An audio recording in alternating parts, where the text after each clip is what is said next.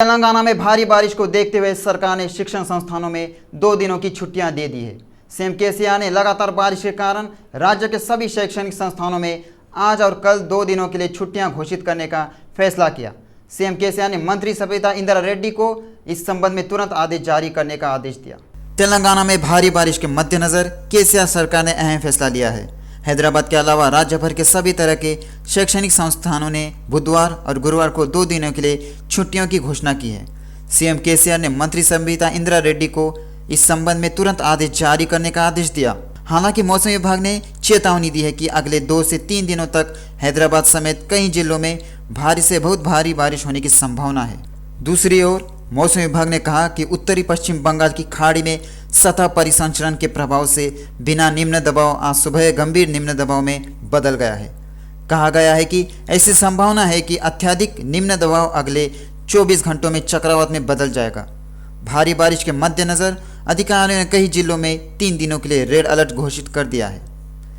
इस संदर्भ में हैदराबाद पुलिस ने आईटी कर्मचारियों को मुख्य निर्देश दिए हैं। भारी बारिश के कारण शहर के आईटी कॉरिडोर समेत कई इलाकों में कई किलोमीटर तक जाम लग गया है। पुलिस विभाग ने मंगलवार और बुधवार को आईटी कंपनियों में काम करने वाले कर्मचारियों को 3 चरणों में लॉग आउट करने के आदेश जारी किए। चूंकि कर्मचारी पहले से ही इस पद्धति का पालन कर रहे हैं, इसलिए इसका परिणाम भी सड़कों पर दिखाई दे रहा है।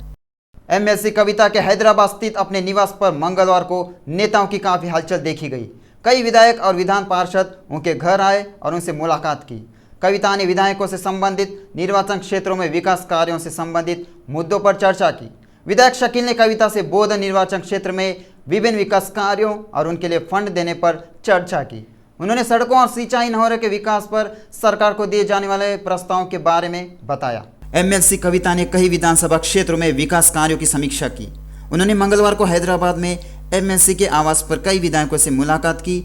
विधानसभा क्षेत्रों में विकास कार्यों और फंड देने समेत विभिन्न मुद्दों पर चर्चा की गई। सड़कों और पेयजल नहरों के विकास पर सरकार को दिए जाने वाले प्रस्तावों पर चर्चा की। इस पर कविता ने कहा कि विधानसभा क्षेत्रों के मंडलों में विकास और लंबित मुद्दों के बारे में विस्तार से जानकारी दी। विधायक शकील ने बोधन विधानसभा क्षेत्र में लंबित मुद्दों पर रिपोर्ट दी। कविता ने सड़कों और पेयजल नहरों के विकास पर सरकार को दिए जाने वाले प्रस्ताव पर चर्चा की। इसी तरह एमएलसी मधुसूदनाचारी के नेतृत्व में विश्व ब्राह्मण समाज के बुजुर्गों से मुलाकात की। कई मुद्दों पर चर्चा की और विश्व ब्राह्मणों को सहायता देने का आश्वासन दिया। एमएलसी कविता ने ऑटो चालकों की समस्याओं के समाधान के लिए कड़ी मेहनत करने का वादा किया। Telangana auto driver trade union Nizamabad जिला समिति के प्रतिनिधित्व ने मंगलवार को एक ज्ञापन सौंपा। ज्ञापन में समाज सेवा के साथ साथ सरकार से मदद की अपील की। कविता ने अनुरोधों पर सकारात्मक प्रतिक्रिया दी, समस्याओं के समाधान का आश्वासन दिया। तुंगरतुर्ती निर्वाचन क्षेत्र के जाजिरागुडेम मंडल में कोडूरू से सूर्यापेट तक की सड़क पर संगम से कोडूरू तक बाढ़ का बहाव लगातार जारी है। कांग्रेस पार्टी के प्रवक्ता ज्ञान सुंदर ने कहा कि यह एक पुल के निर्माण करने की जरूरत है। ज्ञान सुंदर ने कहा कि लोगों का सूर्यापेट अस्पताल जाना, छात्रों को कॉलेज जाना, शिक्षकों का स्कूल जाना, लोगों का काम करने के लिए एक गांव से दूसरे गांव जाना बहुत तकलीफों का सामना करना पड़ता है। उन्होंने कहा कि हर साल स्थानीय विधायक कई बार कह चुके हैं कि पुल बनाएंगे। उन्होंने कहा कि बीआरएस के नेताओं लोगों को लूटने के अलावा लोगों की सेवा करना नहीं जानते। इन लोगों की समस्याओं को हल करने के लिए अगर वे कांग्रेस पार्टी को वोट देते हैं और अगले चुनाव में जिताते हैं तो वे निश्चित रूप से कोडूर से कोमाला तक सड़क पर एक पुल और संगम से सूर्यापेट मार्ग पर पुल बनाएंगे। किशन रेड्डी ने अमित शाह के तेलंगाना दौरे की तैयारियों का जायजा लिया। अमित शाह 29 तारीख को तेलंगाना के बुद्धिजीवियों, कवियों, कलाकारों, कार्यकर्ताओं और विभिन्न क्षेत्रों की मशहूर हस्तियों से मुलाकात करेंगे। किशन रेड्डी ने बीजेपी नेताओं से उस कार्यक्रम के आयोजन को लेकर चर्चा की जिसमें अमित शाह हिस्सा लेंगे। इस महीने की 29 तारीख को केंद्रीय गृह मंत्री अमित शाह के दौरे के मौके पर बीजेपी की राज्य शाखा तेलंगाना के बुद्धिजीवियों के साथ विशेष कार्यक्रम आयोजित करने के लिए तैयार है। 29 तारीख की दोपहर को अमित शाह ने पार्टी पदाधिकारियों, तेलंगाना में विधानसभा क्षेत्रों के संयोजकों, जिला अध्यक्षों और अन्य प्रमुख नेताओं के साथ बैठक की योजना बनाई। इस बैठक के दौरान अमित शाह पार्टी कैडर को किसी भी हालत में तेलंगाना में पार्टी को सत्ता में लाने को लेकर दिशा निर्देश देंगे। इस कार्यक्रम की योजना इसलिए बनाई जा रही है ताकि अमित शाह तेलंगाना के बुद्धिजीवियों, कार्यकर्ताओं, कवियों, कलाकारों, उद्योगपतियों, समाजशास्त्रियों, शिक्षाविदों, विभिन्न जातियों, सामाजिक समूहों और नेताओं से मिल सके। सत्ता पर काबिज विपक्ष की होड़ के बीच बीआरएस हैट्रिक लगाने की तैयारी में है। इस क्रम में पार्टी नेता ने बीआरएस बैठकों पर फोकस किया। ऐसा लगता है नेता केसीआर ने खुफिया रिपोर्ट पर पुनर्विचार किया है। असली खुफिया रिपोर्ट में क्या कहा गया, क्या करने जा रहे हैं बीआरएस बॉस, देखिए कहानी।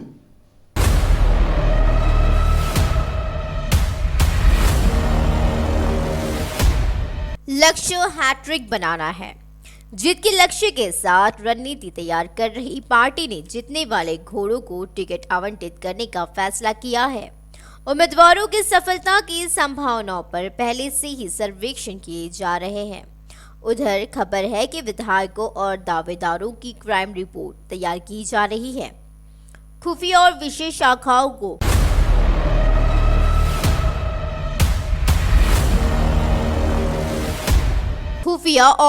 शाखाओं को पहले ही तैनात किया जा चुका है। ऐसा लगता है कि ये विधायकों के खिलाफ पुराने मामलों के साथ साथ हालिया आरोपों पर भी गौर कर रहे हैं। उधर बताया गया है कि मैदानी स्तर पर गांव में जाकर जानकारी जुटाई जा रही है। इससे कहा गया है सटीक विवरण के साथ एक रिपोर्ट तैयार की जाएगी और अगले महीने के अंत तक बीआरएस हाईकमान को सौंप दी जाएगी।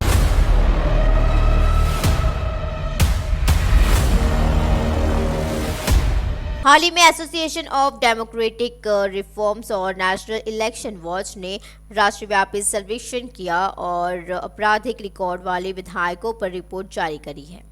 इस रिपोर्ट के मुताबिक तेलंगाना को देश में 5वां स्थान मिला है। 119 विधायकों में से 72 के खिलाफ मामले दर्ज करे गए। साफ है इनमें से 46 पर हत्या की कोशिश और अपहरण जैसे गंभीर आरोप है। दूसरी ओर बीआरएस विधायकों पर हमला हाल ही में गंभीर और यौन उत्पीड़न के आरोप लगे हैं। विधायक टाटीकोंड्रा राजिया पर उनकी ही पार्टी की जानकीपुरम सरपंच ने यौन उत्पीड़न का आरोप लगाया है। मामला राष्ट्रीय महिला आयोग तक भी पहुंच गया। राजिया का लगातार किसी न किसी तरह के यौन विवाद में शामिल होना बीआरएस के लिए सिरदर्द बन गया है।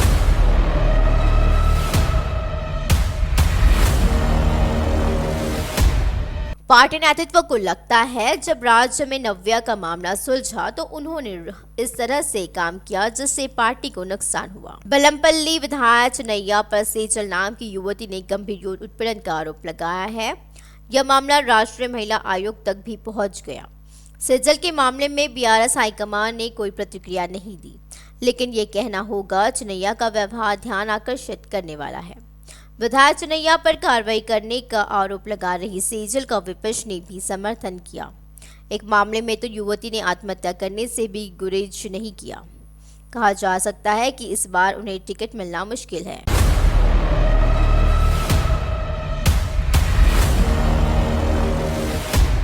परी के विधायक महेश रेड्डी के जमीन विवाद में दखल देने और जमीन के मालिक को धमकाने की वीडियो ने मीडिया में हलचल मचा दी। विधायक टीला राजेंद्र के इस आरोप में एमएलसी कौशिक रेड्डी उन्हें जान से मारने की कोशिश कर रहे हैं। राज्य पर हलचल मच गई और केटीआर ने खुद भी ऐलान किया है उनकी सुरक्षा की जाएगी, चूंकि राज्य पुलिस व्यवस्था को कोई खतरा नहीं है, इसलिए केंद्र सरकार ने इटेला को वायु श्रेणी की सुरक्षा दी है। दूसरी ओर मुदिराज समुदाय के खिलाफ एमएलसी कौशिक रेड्डी के हालिया आरोपों की कड़ी आलोचना हुई है कि इस मुद्रा मंडल को जिले का पिछड़ा मंडल कहा जा सकता है। शिक्षा व्यवस्था पर नजर डालें तो महबूबाबाद में पूरी तरह से बंजारा जनजाति का वर्चस्व है। कैफे आदिवासी जनजातीय बच्चों के लिए है। ऐसा लग रहा है कि गुलाबी नेता आदिवासी विश्वविद्यालय को जिला केंद्र में लाने में विफल रहे हैं। आलोचनाएं होती है उन्होंने आदिवासी विश्वविद्यालय लाने की कोशिश तक नहीं की और अगर छात्र संघ आंदोलन करते हैं तो उन पर केस कर दिया जाता है। कहा जा सकता है चुनाव के दौरान शंकर नाइक ने क्षेत्र की जनता से जो वादे किए थे वे खोखले ही रह गए हैं। जनगांव विधायक मुतुरेड्डी पर जमीन कब्जा करने का आरोप लगा है। मुतुरेड्डी की बेटी ने आरोप लगाया विधायक ने नगर पालिका को दी गई जमीन पर कब्जा कर लिया है। कई विधायकों पर है गंभीर आरोप। बीआरएस के लिए सिरदर्द बन गया है। ये दिलचस्प हो गया है कि जिन विधायकों पर यह आरोप लगा है उन्हें टिकट मिलेगा या फिर नहीं। यह तथ्य जनप्रतिनिधि कब्जे, यौन उत्पीड़न और हत्या की राजनीति का अखाड़ा बन रहे हैं। सत्तारूढ़ दल में कई तरह की चर्चाओं को जन्म दे रहा है। ऐसा लगता है कि पार्टी के भीतर यह चर्चा कि जिन लोगों पर आरोप लगे हैं उन्हें टिकट नहीं मिलेगा और अगले चुनाव में नए उम्मीदवारों को पार्टी नेता बनने का मौका दिया जाएगा। इसके लिए एक मजबूत ईंधन बन गया है। कांग्रेस और बीजेपी आक्रामक तरीके से आगे बढ़ रही है तो दूसरी तरफ अपनी ही पार्टी के विधायकों पर गंभीर आरोप लग रहे हैं। ऐसे में बीआरएस सतर्क हो गई है। सरकारी खुफिया विभाग से जुड़े कर्मियों को तैनात किया गया है। यह संबंधित विधायकों के खिलाफ दर्ज मामले और नवीनतम आरोपों के संबंध में व्यापक जानकारी एकत्र कर रहा है।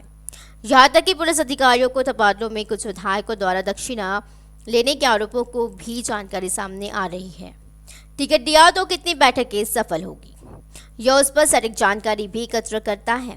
यह भी देख रही है मामलों और आरोपों का संबंधित विधायकों की सफलता की संभावना पर किस हद तक प्रभाव पड़ता है, यह भी पता चलता है। संबंधित विधायकों का जनता और कार्यकर्ताओं के बीच कितना प्रभाव है। हालांकि बीआरएस प्रमुख केसीआर ने कहा कि सभी सीटरों को टिकट आवंटित किए जाएंगे, लेकिन अभियान चल रहा है। खुफिया एजेंसियों से पूरी रिपोर्ट मिलने के बाद ही इसका विश्लेषण किया जाएगा और किसे टिकट देना है इस पर निर्णय लिया जाएगा। दूसरी ओर कांग्रेस और भाजपा से मैदान में उतरने के इच्छुक प्रत्याशियों की अपनी ही पार्टी के दावेदारों की सकारात्मकता और नकारात्मकता के बारे में भी ब्यौरा जुटाया जा सकता।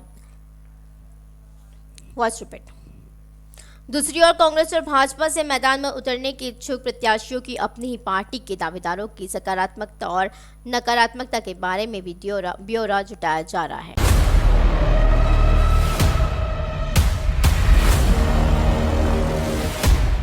बीजेपी विधायक इटेला राजेंद्र ने तेलंगाना के सीएम केसीआर की इस बात के लिए आलोचना की है कि वह जहां भी व्याख्यान देते हैं वहां सच नहीं बल्कि झूठ बोलते हैं। उन्होंने पूछा कि सीएम केसीआर ने विधानसभा में अतिथि व्याख्याताओं को आश्वासन दिया, उसका क्या हुआ। इटेला ने घेराव करने आए इंटरमीडिएट बोर्ड अतिथि व्याख्याताओं की गिरफ्तारी की निंदा की। इटेला राजेंद्र ने गिरफ्तार किए गए अतिथि व्याख्याताओं से मुशीराबाद पुलिस स्टेशन में मुलाकात की गई। उन्होंने गिरफ्तार अतिथि व्याख्याताओं की तत्काल रिहाई की मांग की। सीएलपी नेता भट्टी विक्रमार्का ने सीएम केसीआर, मंत्री केटीआर और हरीश राव पर हर मौके पर सफेद झूठ बोलने का आरोप लगाया। उन्होंने कहा कि तेलंगाना समाज को हर मामले पर दरकिनार किया जा रहा है। भट्टी ने बताया कि वे सेल्फी विद कांग्रेस विकास कार्यक्रम शुरू कर रहे हैं। इस कार्यक्रम के जरिए कांग्रेस के 50 साल के शासनकाल में किए गए विकास कार्यों के बारे में लोगों को बताया जाएगा।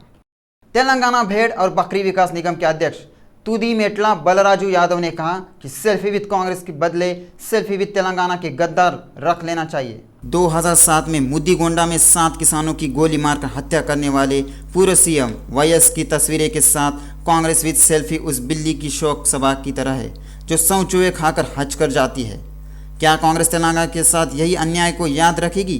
बलराजू यादव ने पूछा कि क्या आरडीएस सांचे को तोड़ने का इतिहास याद दिलाएगा। उन्होंने सवाल किया कि क्या टीआरएस के तेलंगाना आंदोलन को दबाने के लिए विधायकों को खरीदने का इतिहास याद रहेगा। बीजेपी तेलंगाना में सत्ता में आने के लक्ष्य को नए नए कार्यक्रमों की तैयारी कर रहा है। अपनी रणनीति को और तेज करते हुए और आक्रामक कार्रवाई की तैयारी में है। यूपी की सफल रणनीति को तेलंगाना में लागू करने पर जोर दे रही है। यूपी में सोशल इंजीनियरिंग को प्रभावी ढंग से चलाने वाले सुनील बंसल प्रदेश प्रभारी के रूप में क्यों काम कर रहे हैं। मणिपुर में भड़की हिंसा में मारे गए ईसाई परिवारों के प्रति संवेदना व्यक्त करते हुए शांतिपूर्ण स्थिति की कामना करते हुए ईसाइयों ने सिकंदराबाद मिलेनियम मेथोडिस्ट चर्च में विशेष प्रार्थना की। गॉस्पेल टीवी के तत्वाधान में आयोजित इस प्रार्थना में एमएससी राजेश्वर राव शामिल हुए। एमएससी राजेश्वर राव ने कहा कि मणिपुर में ईसाइयों और उनके छोटे बच्चों के साथ दुर्व्यवहार किया जा रहा है और चर्च को जलाए जा रहे हैं। कुछ दरिंदे हिंसक घटनाओं को अंजाम देकर लोगों को आतंकित कर रहे हैं और उनकी जान ले रहे हैं। उन्होंने कहा कि जिन लोगों ने पिछले दिनों गुजरात में ईसाइयों के खिलाफ हिंसा की थी वही लोग मणिपुर में भी इस तरह की घटनाओं को अंजाम दे रहे हैं। एमएलसी राजेश्वर राव ने कहा कि सैकड़ों लोग पहले ही मर चुके हैं और दर्जनों चर्चों को आग लगाई दी गई। पंचायत राज मंत्री एर्राबेली दयाकर राव ने भारी बारिश के मद्देनजर लोगों को सतर्क रहने की सलाह दी है। मंत्री ने सरकारी मुख्य सचेतक दयासम विनय भास्कर, मेयर गुंडू सुधारानी और अधिकारियों के साथ वरंगल में बाढ़ प्रभावित क्षेत्रों का निरीक्षण किया। वरंगल जिले के वर्धनपेट निर्वाचन क्षेत्र और ग्रेटर वरंगल म्युनिसिपल कॉरपोरेशन क्षेत्र में पिछले 3 दिनों से भारी बारिश के चलते 14वें डिवीजन एसआर नगर निचले इलाकों के बाढ़ प्रभावित क्षेत्रों का पंचायत राज्य मंत्री एर्राबेली दयाकर राव मेयर गुंडू सुधारानी, स्थानीय विधायक अरूरी रमेश, जिला कलेक्टर पी प्रवीण्या, ग्रेटर वारंगल नगर निगम आयुक्त रिजवान बादशाह, स्थानीय नगर सेवक ने अधिकारियों के साथ इसका निरीक्षण किया। भारी बारिश के कारण निचले इलाकों में पानी भर गया है और निचले इलाकों को लोगों को सुरक्षित स्थानों पर पहुंचाया गया है। उन्होंने कहा कि सभी को पुनर्वास केंद्रों में स्थानांतरित किया जा रहा है और आवास और भोजन उपलब्ध कराया जा रहा है। भारी बारिश के चलते लोगों को सतर्क रहना चाहिए। मेयर गुंडू सुधारानी, विधायक अरूरी रमेश, नन्ना पुनेनी नरेंद्र, कलेक्टर प्रवीण्या, शहर के पुलिस आयुक्त ए बी रंगनाथ और आयुक्त शेख रिजवान ने शहर में बाढ़ प्रभावित क्षेत्रों की स्थिति की समीक्षा की। सिकंदराबाद में भारी बारिश के कारण कई कॉलोनियों में भारी पानी भर गया है। कैंटोनमेंट बोर्ड के पूर्व अध्यक्ष सदा केशव रेड्डी इंदिरमा नगर, रसूलापुरा और श्रीलंका बस्ती इलाकों का दौरा किया। केशव रेड्डी ने रसूलापुरा नाले के प्रवाह का निरीक्षण किया और आसपास की झुग्गियों में रह रहे लोगों की समस्याओं के बारे में पूछताछ की। सीओ मधुकर नायक ने इस संज्ञान में लेने और तुरंत समाधान करने का काम करने का आश्वासन दिया। नामपल्ली में पुरानी प्रेस अकादमी के स्थान पर बनी मीडिया अकादमी की इमारत उद्घाटन के लिए तैयार है। इस एक कॉरपोरेट बिल्डिंग की तरह 29,548 वर्ग फीट में 1,000 गज जगह में 4 मंजिलों पर बनाया गया है।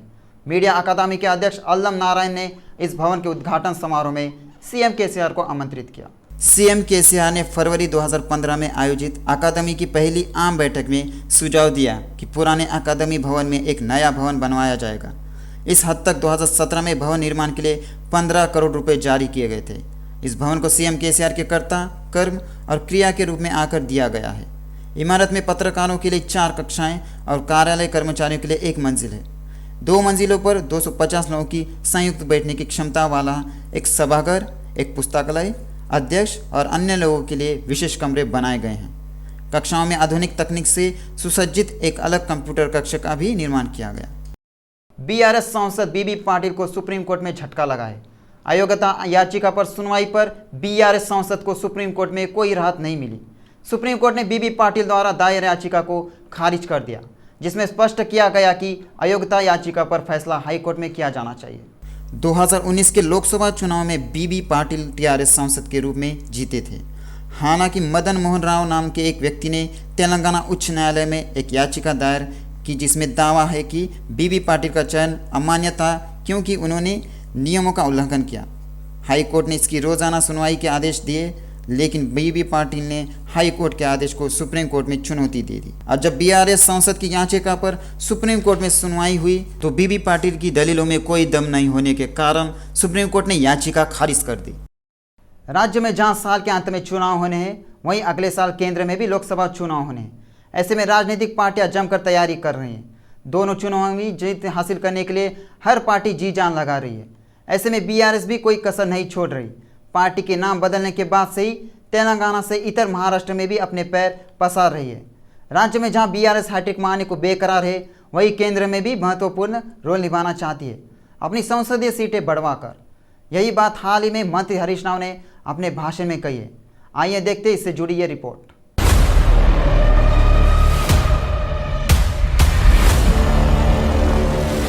राज्य की सत्तारूढ़ पार्टी बीआरएस के भविष्य पर हाल ही में वित्त मंत्री टी हरीश राव ने कहा है कि तेलंगाना को केंद्र से लंबित धन अगले साल मिल जाएगा, क्योंकि 2024 के चुनाव के बाद कोई भी पार्टी भारत राष्ट्र समिति बीआरएस के समर्थन के बिना सरकार नहीं बना पाएगी।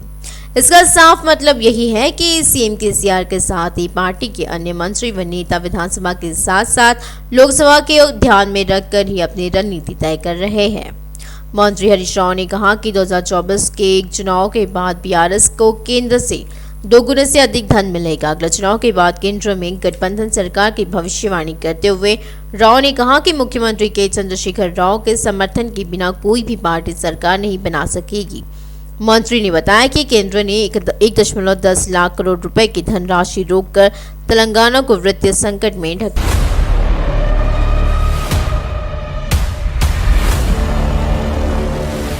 यह कहते हुए भाजपा शासित राज्यों के लोग ऋतु बंधु कल्याण, लक्ष्मी और अन्य कल्याणकारी योजनाओं के कार्यान्वयन की मांग कर रहे थे। मंत्री ने कहा कि केंद्र ने इन योजनाओं के सफल कार्यान्वयन को रोकने के लिए केंद्र से धन जारी करना बंद कर दिया है। धन की कमी के कारण राज्य सरकार को कई परेशानियों का सामना करना पड़ रहा है, फिर भी कल्याणकारी योजनाओं को रोका नहीं जा रहा। ये राज्य सरकार की दरियादिली ही हो तो है। साथ ही हरीश ने बताया कि अगली केंद्र सरकार में बीआरएस महत्वपूर्ण भूमिका निभाकर तेलंगाना को ये धनराशि अवश्य दिलाएगी।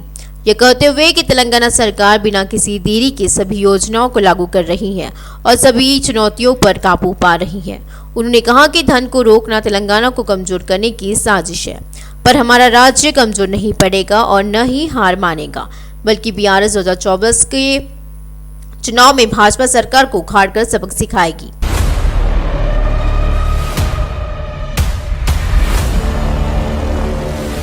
मंत्री ने आंगनबाड़ी कार्यकर्ताओं को ट्रेड यूनियनों के बहकावे में न आने की सलाह देते हुए कहा कि यह आंगनबाड़ी कार्यकर्ताओं के सभी मुद्दों को मुख्यमंत्री के संज्ञान में लाकर उनका समाधान कराएंगे।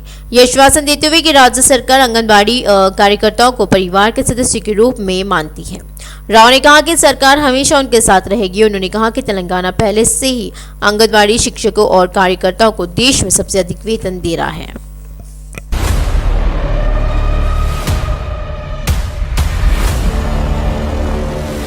तेलंगाना हाई कोर्ट में मंत्री श्रीनिवास गौड़ की मुश्किलें बढ़ गई हैं। श्रीनिवास गौड़ ने याचिका दायर कर अपने चुनाव को अवैध बताते हुए दायर याचिका खारिज करने की मांग की थी। हालांकि हाई कोर्ट ने मंत्री की ओर से दायर याचिका को खारिज कर दिया। महबूब नगर के मतदाता राघवेंद्र राजू ने हाई कोर्ट में याचिका दायर कर आरोप लगाया है कि मंत्री श्रीनिवास गौड़ ने अपने चुनावी हलफनामे में झूठे दस्तावेज पेश किए। याचिका में कहा गया है कि श्रीनिवास गौड़ विधायक और मंत्री बने रहने के योग्य नहीं है। श्रीनिवास गौड़ ने याचिका को बिना किसी योग्यता के खारिज करने के लिए एक और याचिका दायर की। हाईकोर्ट में दोनों पक्षों की बहस पूरी हो चुकी है। हाईकोर्ट की बेंच ने याचिकाकर्ता की याचिका मंजूर कर ली। यमुना की सहायक नदी उफान पर है। नोएडा में सैकड़ों कारें पानी में डूब गई। हिंडन नदी का जलस्तर बढ़ने से कारें छत तक डूब गई। इकोटेक 3 के पास से ये कारें डूब गई। हिंडन नदी का जलस्तर बढ़ने पर नदी के आसपास के लोगों को उनके घरों से बाहर निकाला गया। प्रभावित क्षेत्रों में नोएडा सेक्टर 63 में इकोटेक और छिजाश्री शामिल है। नोएडा और राष्ट्रीय राजधानी के क्षेत्र के अन्य हिस्सों में हल्की से मध्यम बारिश हुई। यमुना नदी खतरे के स्तर 205.4 मीटर से ऊपर बह रही है। दिल्ली में हल्की मध्यम से बारिश की संभावना है। दिल्ली में भारी बारिश की कोई चेतावनी नहीं है। इस बात का खुलासा भारतीय मौसम विभाग के एक वैज्ञानिक ने किया है। मौसम विभाग ने महाराष्ट्र, हरियाणा, चंडीगढ़, उत्तर प्रदेश, राजस्थान, हिमाचल प्रदेश और उत्तराखंड के लिए चेतावनी जारी की है। मौसम विभाग ने सौराष्ट्र, कच्छ क्षेत्र, मध्य महाराष्ट्र, गोवा और तटीय कर्नाटक में भारी से बहुत भारी बारिश की भविष्यवाणी की है। गुजरात में बाढ़ की स्थिति में सुधार होने की संभावना है क्योंकि पिछले 24 घंटों में बारिश कम हुई है। चंद्रमा पर शोध के लिए लॉन्च किया गया चंद्रयान 3 अहम चरण में पहुंच गया है। मंगलवार को इसरो ने इस अंतरिक्ष यान का 5वां कक्षीय प्रक्षेपण सफलतापूर्वक किया, जो अब तक चौथी कक्षा में पृथ्वी की परिक्रमा कर चुका है। चंद्रयान 3 पृथ्वी की कक्षा से चंद्रमा की ओर यात्रा कर रहा है। धीरे धीरे हर चरण को पूरा करते हुए यह चंद्रमा की ओर बढ़ रहा है। इसके 23 या 24 अगस्त को चंद्रमा पर उतरने की संभावना है। यह पृथ्वी की परिक्रमा करने और फिर चंद्रमा की कक्षा में प्रवेश करने वाली चंद्रयान 3 की आखिरी कक्षा है। इसरो ने खुलासा किया है कि यह ऑपरेशन 1 अगस्त को अंजाम दिया जाएगा।